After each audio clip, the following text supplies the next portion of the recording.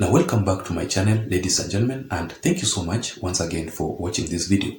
Please support me by subscribing just in case you are here for the first time, and also you can press the notification bell so that YouTube can automatically update you immediately I post a video here. Otherwise, I really want to appreciate my subscribers so much, simply because without that support, this channel cannot be where it is currently. So feel very much welcome as you watch, and I don't take your support for granted. Now, before I go into my critical analysis for today, just in case you are stranded and you need a loan, I've always recommended the Premier Credit. Premier Credit offers a wide range of loan products, including super quick or emergency loan. We have household items loans or products.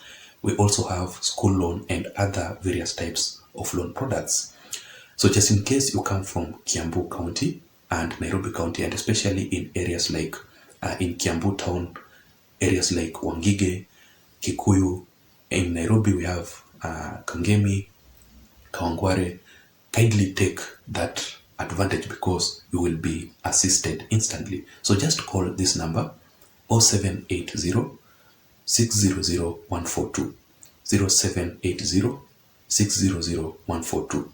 And I've always said here severally that I cannot advertise something that is illegal. I've always advertised something here that it is proven and it can assist you in one way or another. So having said that, let us go straight into my critical analysis for today. And yesterday, the Deputy President of the Republic of Kenya, Honorable Ricky G himself, the truthful man, exposed how Raila Odinga begged William Ruto to have a meeting or a dialogue after Raila Odinga had reached his dead end and with his mass actions across the country, and he wanted an exit strategy. So let me just read for you this statement made by Rigathi Gachagua, because from what Rigathi Gachagua is talking about here, it is what is going to make our critical analysis for today, or our entire analysis for today. So Rigathi Gachagua is saying this. Let me just show you on the screen. The opposition reached out to President William Ruto, said they had reached a dead end and want an exit strategy. So the president called us and we asked them to call off the demonstrations and discuss their issues in parliament. So the best interesting thing that I'm getting from this statement is, first of all, the decision making, or the unity and the decision making within the Kenya Kwanza Alliance. That is the best. So Rigathi Gachagua is telling us that Raila Odinga, after he had reached to his dead end with his mass action across the country, he had to reach out to President William Ruto, talk to him, and told him that I have reached to my dead end and I just want an exit strategy. What can we do with the mass action across the country? So William Ruto told Raila Odinga that kindly wait there. So immediately William Ruto called for a meeting with the Kenya Kwanza Alliance leaders, and they discussed on that issue. After discussing on that issue, they came to a final agreement that let us tell Raila Odinga to call off the mass action across the country and we will sort out his demands in parliament. You know, that is the best. That is how to work with unity. Remember the previous meeting between Raila Odinga and Uhuru Kenyatta. One of them reached out to the other and told him that, let us have a dialogue, let us have a meeting. And Raila Odinga and Uhuru Kenyatta convened a closed door meeting. Up to date, ladies and gentlemen, whatever they discussed in that meeting still remains their secret between the two. That is how they formed something called the handshake. The NASA principals, by then, they were not aware of what Raila Odinga discussed in that meeting, because Raila Odinga did not even update them on that issue. On the other side, Uhuru Kenyatta, yes, he said that he had informed William Ruto, but it was not an open discussion. He just informed William Ruto that, okay, we are going to discuss on various issues with Raila Odinga. William Ruto, simply because he was the deputy president by then, of course, he did not have the capacity to tell his boss that, okay, don't do this. he told him, okay, just go there. They had that meeting and they made their final decisions there between the two. But here we are seeing a situation whereby William Ruto, before he makes any decision, he must involve his Kenya Kwanza Alliance leaders. That is the best thing that a leader can do. Secondly, ladies and gentlemen, what I'm getting from this statement is that Raila Odinga surrendered to William Ruto with his mass action across the country. And in my considered opinion, ladies and gentlemen, the reasons as to why Raila Odinga had to call off the mass action completely, and I personally believe that Raila Odinga will not call for mass action again. There have been these rumors that in case William Ruto and Raila Odinga will not come up with a final agreement, Raila Odinga will go back to the street. No, I don't expect that to happen again.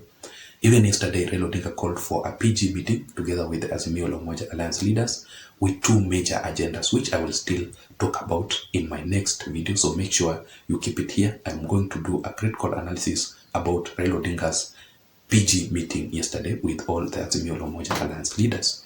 So the agenda, or the main agenda of that meeting, was that Raila Odinga and the Azimio came with an agreement to call off the mass action across the country completely.